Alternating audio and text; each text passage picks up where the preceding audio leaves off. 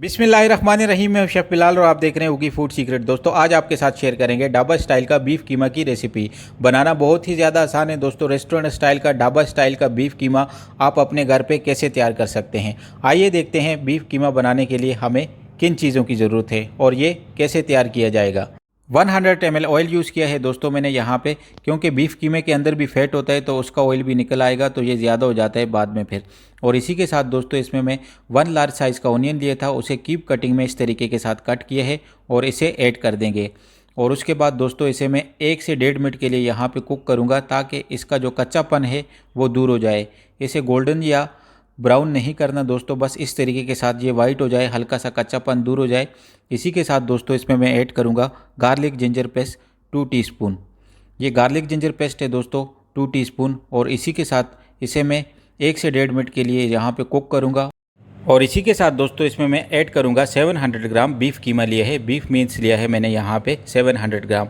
और इसे ऐड कर दूंगा दोस्तों और इसे 1 से 2 मिनट के लिए यहाँ पे कुक करूँगा ताकि इसका कच्चापन दूर हो जाए, इसका कलर चेंज हो जाए।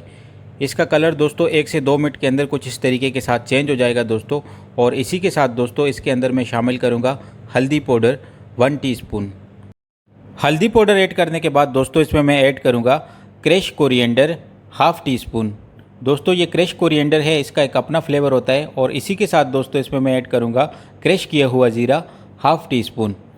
और इसी के साथ दोस्तों इसमें मैं ऐड करूँगा क्रश चिली 1/2 टीस्पून।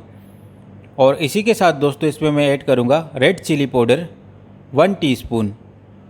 और इसी के साथ दोस्तों इसमें मैं ऐड करूँगा ब्लैक पेपर पाउडर 1/2 टीस्पून। आप अपनी मर्ज़ी के हिसाब से दोस्तों स्पाइसी लेवल रख सकते हैं, कम या ज़्यादा। और इसी के साथ दोस्तों इसमें मैं ऐड करूँगा साबुत ज़ीरा 1/2 टीस्पून। और इसी के साथ दोस्तों इसमें मैं ऐड करूँगा सॉल्ट 1 टीस्पून। और इसे अच्छे तरीके के साथ दोस्तों यहाँ पे 1 से 2 मिनट के लिए कुक करेंगे ताकि हमारे सारे स्पाइसेस कीमे के अंदर अच्छे तरीके के साथ मिक्स हो जाएं। और इसके बाद मैंने 1 लार्ज साइज़ का टमाटर लिया था दोस्तों, उसे क्यूब कटिंग में कट किया है और इस तरीके के साथ इसमें ऐड कर देंगे। और इसे भी दोस्तों यहाँ पे 2 से 3 मिनट के लिए कुक करेंगे ताकि हमारा जो टमाटर है वो अच्छी तरीके के साथ कुक हो जाए। इसी के साथ दोस्तों इसमें मैं शामिल करूंगा ग्रीन चिली 2 से 3 अदद। और जिंजर मैंने थोड़ा सा कट किया है इस तरीके के साथ दोस्तों। ये ढाबा स्टाइल में ग्रीन चिली और जिंजर की खुशबू आएगी, बहुत ही ज़्यादा अच्छा लगेगा दोस्तों, बहुत ही अच्छा फ्लेवर क्रिएट करती है ग्रीन चिली और जिंजर। और इसी के साथ दोस्तों इसे 1 से 2 मिनट के लिए यहाँ पे कुक करूँगा। और उसके बाद इसमें मैं पानी शामिल कर दूँगा दोस्तों। पानी इसलिए ऐड करेंगे ताकि हमारा जो टमाटर है और कीमा है वो अच्छे तरीके के साथ कुक हो जाए।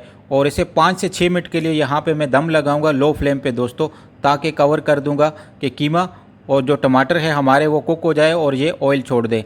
अल्हम्दुलिल्लाह से दोस्तों 5 से 7 मिनट बाद हम इसका कवर हटाते हैं और चेक करते हैं हमारे कीमे की क्या पोजीशन है। अल्हम्दुलिल्लाह से हमारा ढाबा स्टाइल का कीमा रेडी हो गया दोस्तों। और अब इसे डिश आउट करते हैं दोस्तों। अगर वीडियो अच्छी लगी है तो वीडियो को लाइक कीजिए, शेयर कीजिए, सब्सक्राइब करना ना भूलिएगा उगी फूड सीक्रेट को। हम आपके साथ ऐसी रेसिपियाँ शेयर करते रहेंगे।